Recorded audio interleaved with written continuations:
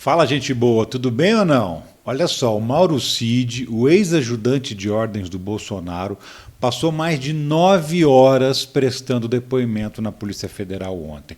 Isso porque ele estava só completando informações que estavam faltando, hein? O depoimento principal ele já tinha dado, mas ficaram faltando algumas coisas. A polícia descobriu e falou para ele assim: uai, suponho que o policial fosse mineiro, uai, você esqueceu de dizer algumas coisas, né? Vamos conversar de novo? Melhor, né? Para que correr o risco de perder os benefícios da delação premiada? E ele foi. E pelo que saiu na imprensa aí já, dessa vez ele não esqueceu mais nada não, contou tudinho.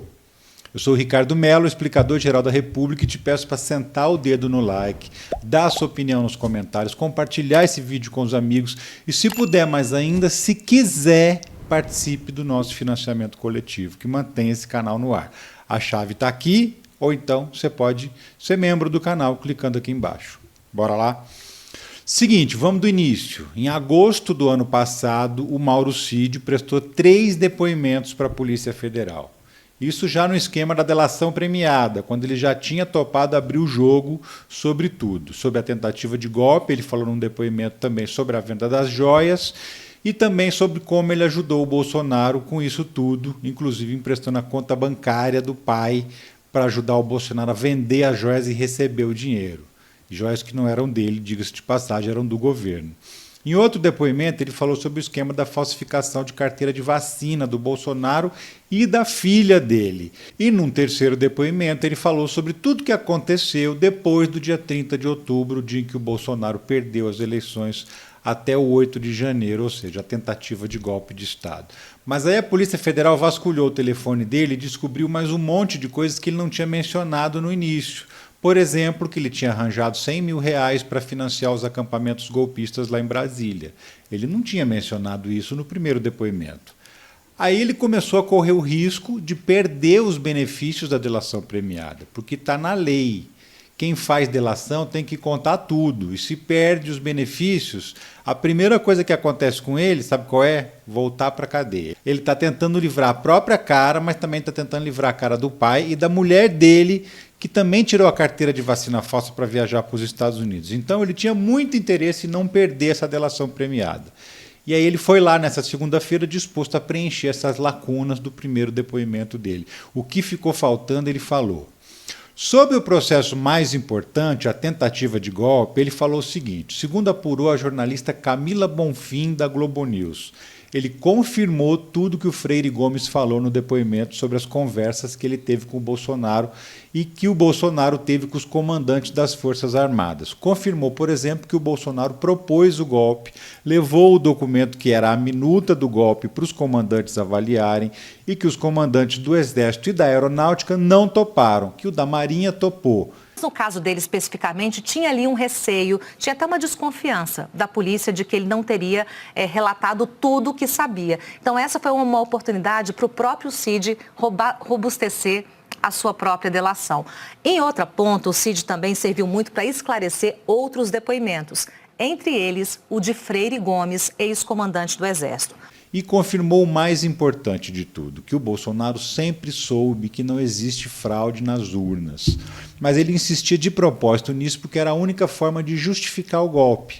Segundo quem estava lá acompanhando o depoimento, ele falou algo muito sobre o sistema de eleição, né, a urna eletrônica. Disse que tanto o Bolsonaro quanto o seu entorno político, todo mundo ali já estava avisado em reuniões por militares e também por relatórios que essa história de que urna era fraudável ou que era insegura era uma completa mentira. Então, por que isso é importante para a investigação? E aí a gente vai para a linha do que já está no inquérito. Porque isso sinaliza, segundo o depoimento do Cid e também juntando as provas da investigação, que aquela narrativa era uma narrativa consciente de uma tentativa de golpe. Porque só deslegitimar uma eleição, desacreditar uma urna eletrônica, seria um discurso base para uma tentativa de golpe. O Mauro Cid diz que o Bolsonaro participou de várias reuniões com militares que estavam investigando as urnas e eles disseram que não tinha nada, que as urnas eram seguras. Tanto que o relatório das Forças Armadas diz exatamente o seguinte: não achamos nada, mas também não podemos dizer que não existe. Ou seja, tinha sido uma exigência do Paulo Sérgio Nogueira, que era o ministro da Defesa na época, para não admitir claramente que não tinha nada. A ideia era deixar sempre uma pontinha de dúvida plantada na cabeça dos bolsonaristas para eles não pararem de acreditar que tinha fraude. Sem isso, quem é que ia se mobilizar para ficar em acampamento golpista? Então a estratégia do Bolsonaro era, mesmo sabendo que não tinha fraude nenhuma, continuar dizendo que tinha para enganar as pessoas e fazê-las ficarem revoltadas com a justiça eleitoral. Se os 3 comandantes tivessem topado, beleza, o plano tinha ido em frente. Acontece que o Exército e a Aeronáutica disseram não para o Bolsonaro. E aí ele continuou tentando pressionar o alto comando do Exército, que é a maior força, com os memes nos grupos de Zap. Por exemplo, a rede bolsonarista foi infestada de memes xingando o general Freire Gomes, e quem mandou fazer isso foi o Braga Neto, que tinha sido candidato a vice do Bolsonaro. Lembra que há 4 dias da posse do Lula, o Braga Neto ainda estava falando no Zap com um amigo, se a gente continuar, ou seja, ele ainda acreditava que podia dar certo o golpe, só que sem as Forças Armadas garantindo, não teve golpe. Mas teve a tentativa, e a mera tentativa já é crime. Enquanto o bolsonarismo ficava espalhando que o Bolsonaro estava doente, estava deprimido com a derrota, ele estava fazendo reuniões, tentando convencer os militares a dar um golpe de Estado. Estava liderando reunião de estratégia com os ministros para desacreditar as urnas. Estava discutindo documentos que teriam que ser assinados para dar o golpe. Outra coisa que o Mauro Cid confirmou envolve diretamente o Anderson Torres. O Torres era o principal jurista que estava preparando os documentos do golpe. Ele é quem dava as orientações para fazer as minutas, igual aquela que encontraram na casa dele. Quem disse isso primeiro foi o Brigadeiro Batista Júnior, que é ex-comandante da Aeronáutica, que se negou a participar do golpe. Ele prestou depoimento como testemunha. E testemunha não pode ficar em silêncio, tem que contar tudo. Então ele contou que o chefe do núcleo jurídico era o Anderson Torres, e o Mauro Cid confirmou isso também. Outra coisa que o Mauro Cid contou, que ele ajudou a organizar uma reunião do Bolsonaro com os comandantes de operações terrestres do Exército, que são as tropas especiais que iam prender o Alexandre de Moraes logo depois que o golpe fosse dado. Essa reunião era para discutir estratégia para pressionar o alto comando do Exército, que já estava dizendo que era contra o golpe fazia tempo. Essa estratégia de atacar nas redes sociais pode ter sido, inclusive, discutida nessa reunião.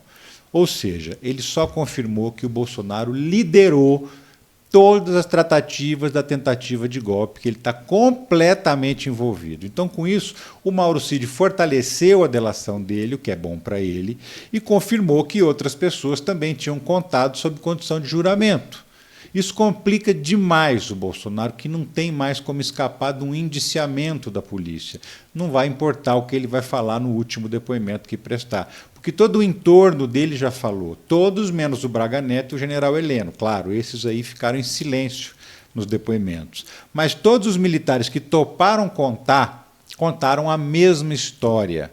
Uma bate com a outra, entende? Não tem contradição entre eles. Isso poderia indicar que alguém está mentindo, mas, pelo contrário, tudo que um falou já tinha batido com o que o outro falou. E agora o Cid confirmou tudo isso também. É mais um prego no caixão da investigação do Bolsonaro.